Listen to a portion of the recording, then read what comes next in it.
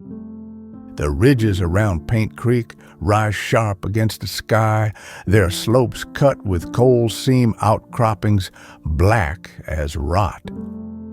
In Tucker County, West Virginia, the town of Cotter sits in the valley. 43 houses and a company store clustered around the mine entrance. Beyond the last house, hayfields roll out dry and bent. The woods begin where fields end, hardwoods thick on ground too steep to plow. Parker Hollow Lake spreads serene in the big holler between Miller Ridge and Campbell Mountain, spring-fed and deep beyond knowing. No one had ever plumbed its bottom. Coal country. Cooper McClure learned about love in the winter of '35, when snow came early to West Virginia. Those mornings he hurried to find warmth by the stove fire in his mama's kitchen. He'd look through window smudge, thinking about what the day might bring, smell her biscuits steaming and bacon frying. He was 15 then, more comfortable with his father's rifle than with talk, spending days in the woods with Tom Baker and Jim Bob Whitaker when they weren't in school, though he preferred hunting alone. First time he saw Sarah Lynn Matthews, she was standing behind the rusted mesh of a shabby screen door, a bride of 3 months standing in a gash of sunlight. Her cotton dress was the color of dried dandelions. Her hair shone gold. She held a china cup in both hands like something precious. She smiled at him as he passed. He felt her smile lodge somewhere under his ribs, a warm coal that would burn for a lifetime. 2 weeks later, word came on a night when frost silvered the dead leaves. Sarah Lynn's husband, name was Thomas, a coal miner. He come home late and for some reason angry. Cooper found her inside the house, the screen door banging in the wind. Before long, Sheriff Rash arrived with his deputy. The husband had fled into the woods, left an empty bottle and the body of his young wife on the floor. A body not all cold yet. Blue eyes locked open, searching for an answer. The week next, Cooper was tracking a buck, given the depth of its steps through the first snow of the season, and he and his buddies found the body sprawled beneath a stand of bare oaks. Had to be Thomas Matthews, they all agreed. His face white as creek ice, his eyes fixed on nothing. Nobody in Cotter knew much about Sarah Lynn before she came. She'd grown up over in Randolph County, married Thomas Matthews after a week's courtship at a camp meeting.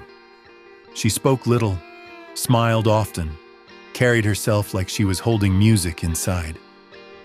Cooper never told nobody, but he had been there that night, the night she was killed. He was coming back from hunting, empty-handed and tired, when he saw her through the kitchen window. She stood at the stove stirring something in a cast iron pot, steam rising around her face. She was singing Wayfaring Stranger, soft and low, singing it just for herself. But he could hear her. Her voice carried clear in the holler air. He had watched her light a candle, carry it to the front window where she left it burning for her husband. Then she went out to the washstand, gathering up clothes from the line before the dew could settle. That was closest he'd got to see how pretty she was. Her dress looked pale as moth wings in the dark. The clothes she folded smelled of lye soap and mountain ozone. She was still humming when Thomas's boots scraped on the porch steps. Cooper saw him staggering and heard him cursing while he stripped off his coat and boots. Sarah Lynn heard him too, but she kept humming that hymn, soft and steady. Like if she kept the song going, everything would be all right. It was a judgment, Cooper's mother said, as the flock of women prepared Sarah's funeral. Ain't nothing good comes from marrying young, his mother said. Cooper was at the bedroom door as they put her back in her wedding dress. He knew it didn't have to be the way it was now, if he'd done something that night. He turned to look at the room, scarcely furnished with bed, table, Bible. Low voices, wise and careful. Womenfolk discussing the perils of young love and wicked drink. His father came in to stand silent beside him, pondering things. Them two didn't have much, did they? Didn't have time? Then, let's go, he said, and they walked out to hitch up the team.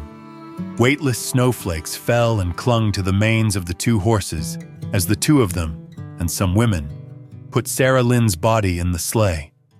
They crossed the lake because the road had drifted deep. Cooper's father drove the sleigh, the runners cutting across ice thick enough to hold a team of horses and their solemn burden, an unknown girl wrapped in her grandma's quilt. Halfway across, they heard a sound like a rifle shot, like the earth done split, ice fracturing fine as a spider's web. The sleigh slumped backward. His daddy slapped the horses with the buggy whip. The casket slid right off the sleigh, through the ice. Cooper leaned over and watched it go down in a waterhole black as a mine shaft. 2 rainbow trout, size of his wrist, swam by as the casket filled and sank. Through swirling bubbles, Cooper watched, remembering Sarah Lynn's face, peaceful-like in her wedding dress, laid out straight on the kitchen table. Then the dark took her.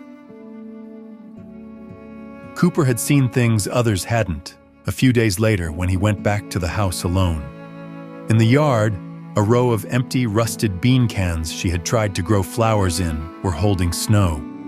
She'd lined her windowsills with smooth creek rocks, each one different. He opened that Bible and read the family names. He'd opened a drawer and seen some colored ribbons. He reckoned they were for her hair.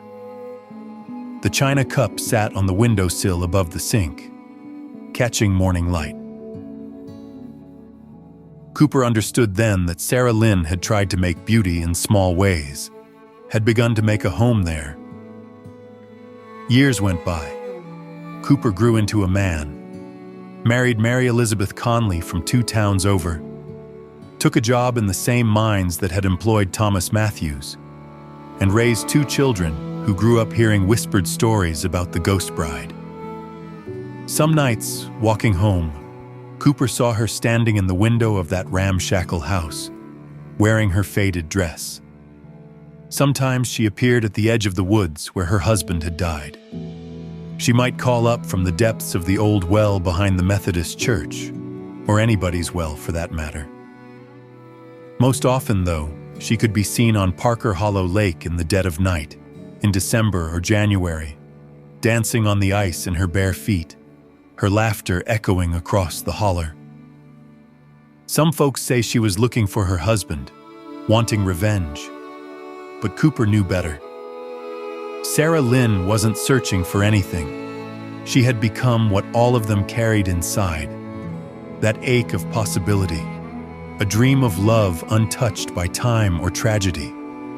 She was the ghost of every chance not taken, every path not chosen, every life not lived. On winter nights when the moon hung full and stark above Miller Ridge, sometimes Cooper would walk to the lake, knowing she was out there somewhere, forever young, forever smiling through that screen door, holding her china cup. He figured the cup held something more than tea or coffee. It held something you drink when it's your heart that's thirsty, something that can never run out, something that can never be lost. This is a production by Human Echo, the audio lab at Fugitive Poets Press, where we enjoy making things for you to read and listen to.